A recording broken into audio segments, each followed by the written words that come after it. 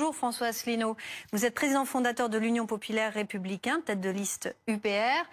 Merci d'être sur ce plateau. On va parler un peu d'actu. On a l'impression que les Français sont pressurés un peu de partout, en particulier ces derniers jours. Tour de vis sur l'indemnisation du chômage, une retraite portée à 64 ans. Et aujourd'hui sur la table, l'indemnisation des arrêts maladie de moins de 8 jours.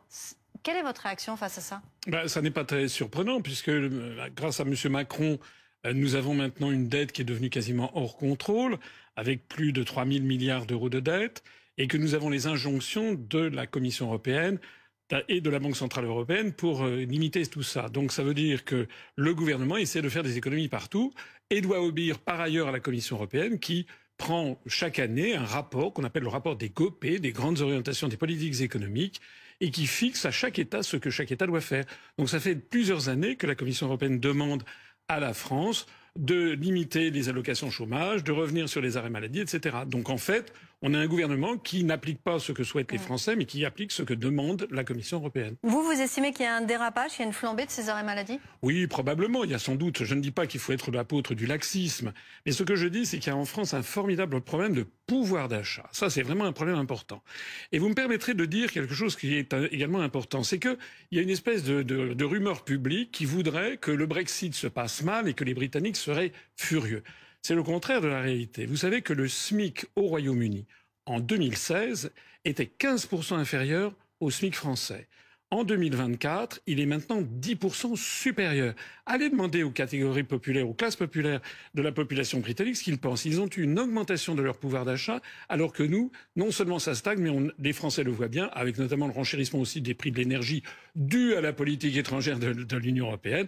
On a au contraire une diminution du pouvoir d'achat des Français. J'aimerais revenir sur un autre fait d'actualité qui sont ces manifestations qui agitent la France pour le soutien au peuple palestinien. Quel regard vous portez? Écoutez, je pense que c'est des sujets qui sont extrêmement délicats. C'est un problème qui est... On est parti pour une guerre peut-être de 100 ans. Bon, ce qu'il faut avoir, ce que devrait être le rôle de la France, c'est une puissance d'équilibre et qui appelle au respect du droit international. Moi, le 12 octobre dernier, j'ai fait une vidéo sur notre chaîne de télévision UPR TV. On a dépassé les 350 000 vues. Où je disais, 5 jours après le drame du 7 octobre, je disais ce qu'à mon avis il faudrait faire. C'est-à-dire que la France reconnaisse un État palestinien. Première chose à faire.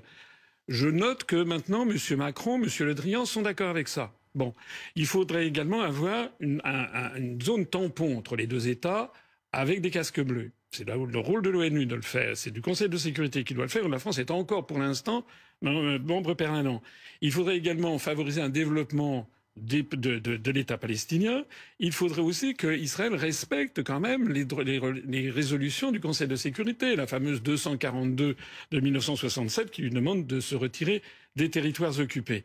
Et puis comme il faut que ça soit un équilibre entre les deux, je pense qu'il faudrait que la France reconnaisse que Jérusalem, en tout cas Jérusalem-Ouest, est la capitale de l'État d'Israël, parce que c'est assez tourné autour du pot. Tout le monde sait que Jérusalem, c'est quand même le centre du monde juif. Il faudrait donc qu'il y ait Jérusalem, capitale de l'État d'Israël, Jérusalem-Ouest, Jérusalem-Est, capitale de l'État palestinien. Alors voilà pour cette question. Je voulais vous interroger aussi sur les derniers sondages. On est à 10 jours maintenant du scrutin. Le Rassemblement national fait très largement course en tête. Ça vous surprend ou pas ?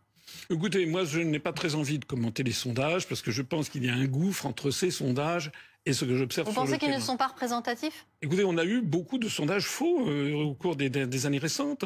Le 16 février 2022, par exemple, c'est 1 mois et demi avant le premier tour de la présidentielle, il y avait un sondage de l'IFOP qui donnait M. Zemmour en 2e position avec 16,5%, il a fait 7. Et qui donnait Mme Pécresse à 15%, elle a fait 4. D'ailleurs, la commission des sondages avait dit que c'était un faux sondage.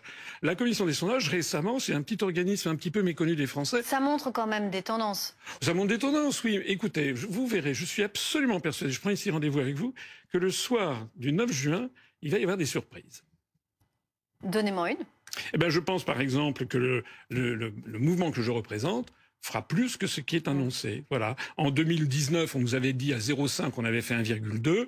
Aujourd'hui, je vois qu'il y a un sondage qui nous met à 1 ou 1,5. Je pense on dépassera les 3 et peut-être même... Que vous atteindriez cette fameuse barre ? Des 5, parce que vous savez, je fais des réunions publiques. J'ai fait une réunion publique à Lyon.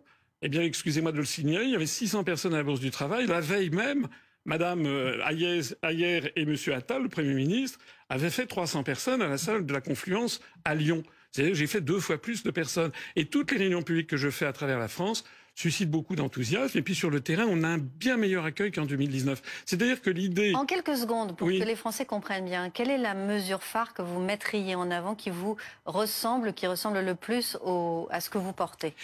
Dire la vérité aux Français. La vérité aux Français, c'est la première chose dont les Français ont besoin. C'est-à-dire que ces élections européennes, en fait, les parlementaires européens n'ont pas beaucoup de pouvoir. C'est la réalité. On voit se développer des gens qui viennent vous proposer une Europe d'écologistes, une Europe sociale, une Europe des travailleurs, une Europe des patries. En fait, ils n'en ont pas le pouvoir puisque seuls les gouvernements et les parlements nationaux peuvent modifier les traités européens.